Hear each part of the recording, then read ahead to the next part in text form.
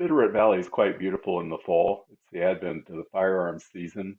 I filled my buck tag during the early archery season, so my main focus this fall will be to try to get a bull elk with my rifle. I can also shoot a whitetail doe with my rifle.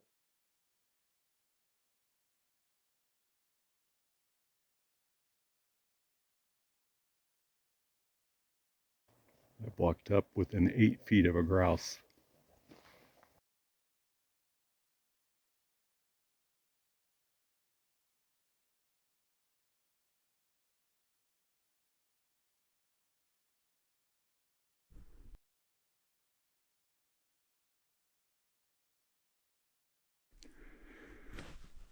It's an hour before legal hunt starts. I cut tracks of a bull, and so I'm tracking him in the dark.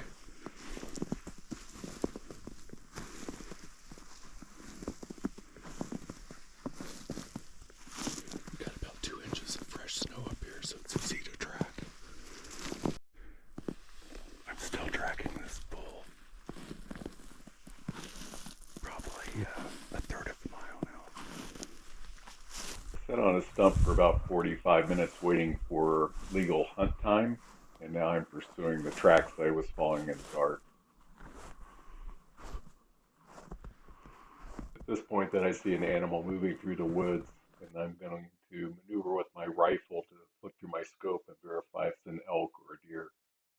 I had to lighten this video quite a bit. It's only 10 minutes into legal hunt, so it was pretty dark. I never could confirm what the animal was, and I didn't want to shoot a spike or a cow or a mule deer, so I didn't pull the trigger.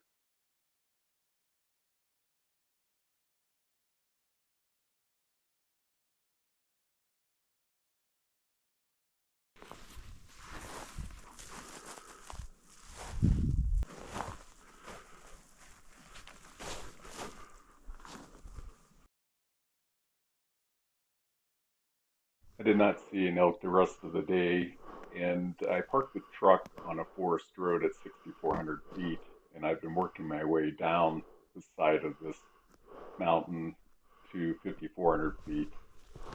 So, and then moved north, and now I'm heading back to the south and up this long ridge. It rises 1,000 feet over the course of a mile. So it's a pretty good workout when you're carrying a rifle and gear.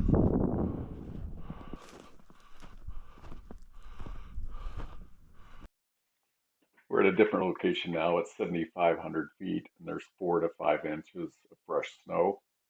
You cannot shoot mule deer in this zone without a special tag. So we were elk hunting. We didn't see any elk in this area, but it was a very beautiful afternoon.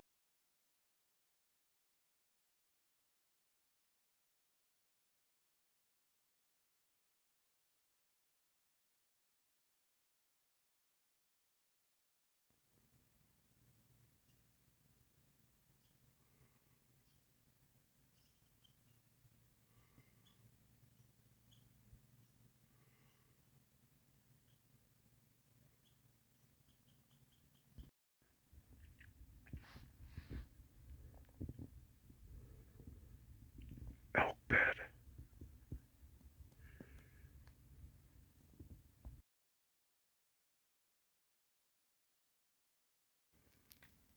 Saw a mule deer, buck, and doe coming towards me, and so I stood very still. And at one point, they were only 5 yards away from me.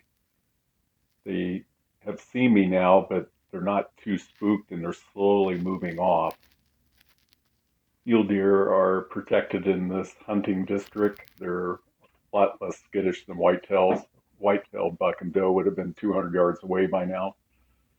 This is pre-rut, and this buck is in tow following the doe, but she's not quite ready for breeding. This buck will follow the doe relentlessly until she is ready to breed. He will not let her get out of his sight.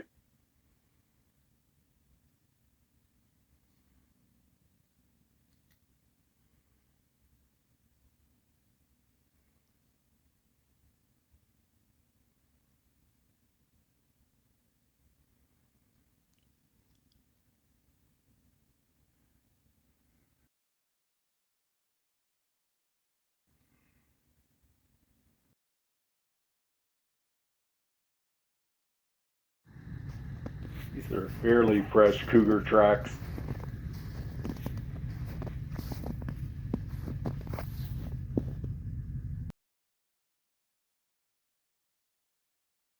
On this particular day, I had two hunts. The first one started in the dark and was about 4 miles. And then late morning, early afternoon, I took about a 3 mile track. I only cut elk tracks 3 times the entire morning. Saw quite a few mule deer, but no elk. In the afternoon, I went exploring a remote area for elk hunting. I went down this forest road, which, as I found out, there was a reason nobody had driven down it. There were no tracks on this road. I'm going through 6 inches of virgin snow, and it's very narrow. And it got narrower as I went. I'm just very thankful that I could find a place to turn around and get out before I got stuck. I probably went 6 or 7 miles back on this road.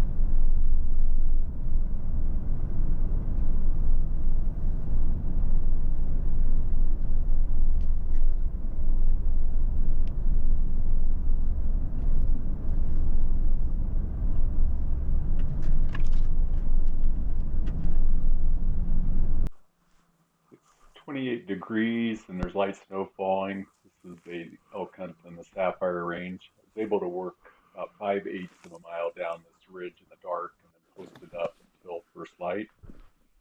Did cut some elk tracks about a mile into the hunt. And this is a lovely view of the Bitterroot Range. Taking a little break here and just sitting under a pine tree.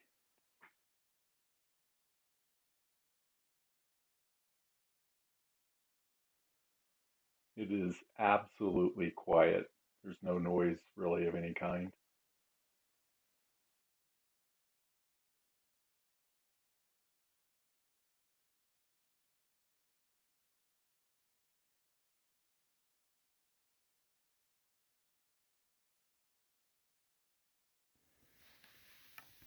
There's a lot of blowdown to the north, really elky kind of territory, so I decided to move off the ridge, and it was only a few hundred yards. I cut tracks on 3 elk with fresh dropping. I followed the elk track for several hundred yards, but the elk were steadily moving down this ridge to a deep ravine with a creek, and at some point it just wasn't feasible to pursue them.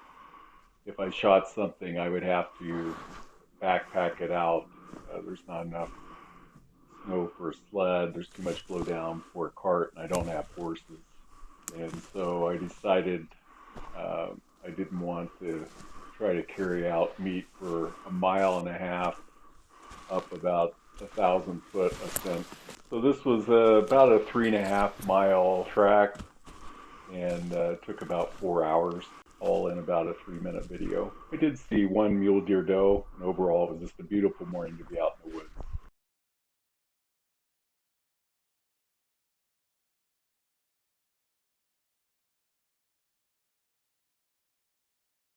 Coming back to the south from this location, I noticed off-white, kind of yellowish color, and I pulled out my rangefinder, and sure enough, it was a elk bull and another elk with it. The bull was facing me. It was either a 4x4 or a raghorn, and I decided not to take that shot. It wasn't a good shot, but I worked in on their location. I'm standing now where they were at, and now I'm just tracking them.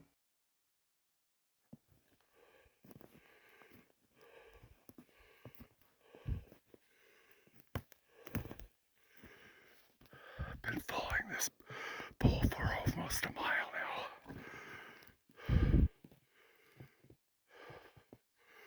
Steep. Definitely a bull. Tell by the urine.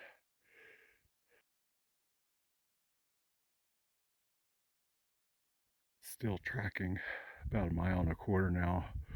I've been steadily going up. Okay, I've been tracking 2 sets of tracks for about 1.5 miles.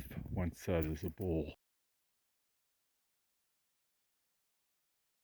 They're going down this steep ravine now, and it's going on into private property, so I'm going to have to call the hunt.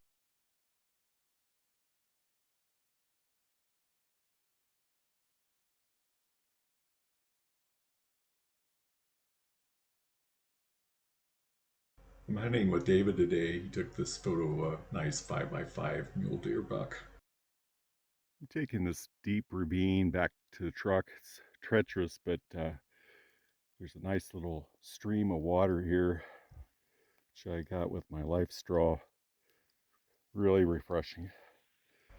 This was a 1/2 mile of pure nastiness, a lot of blowdown, boulder fields covered with snow.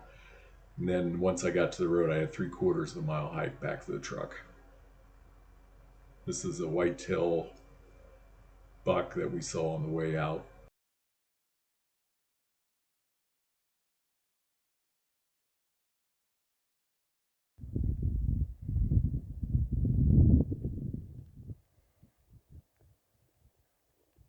Because it's windy today and there's light freezing rain, I was able to spot and stalk several deer, mule deer.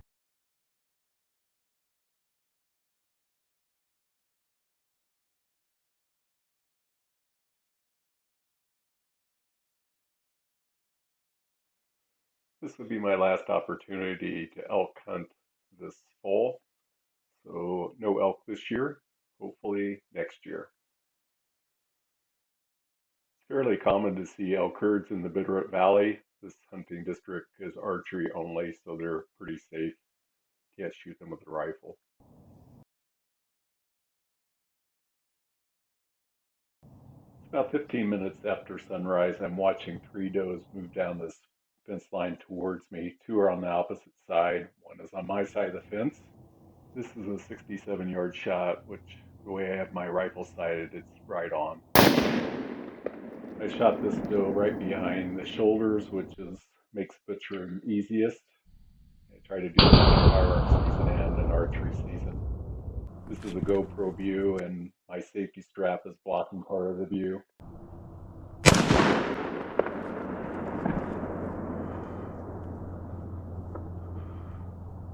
This is the impact site on that doe. And then the blood trail starts there and goes. It's pretty steady. And right there you can see where the bullet went in the ground. Really solid blood trail.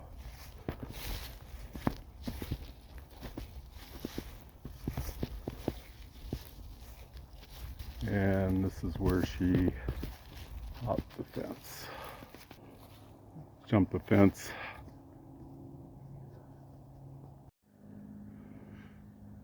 She only made it about 15-20 yards past the fence before she dropped. Maybe she went a total of 60 to 70 yards.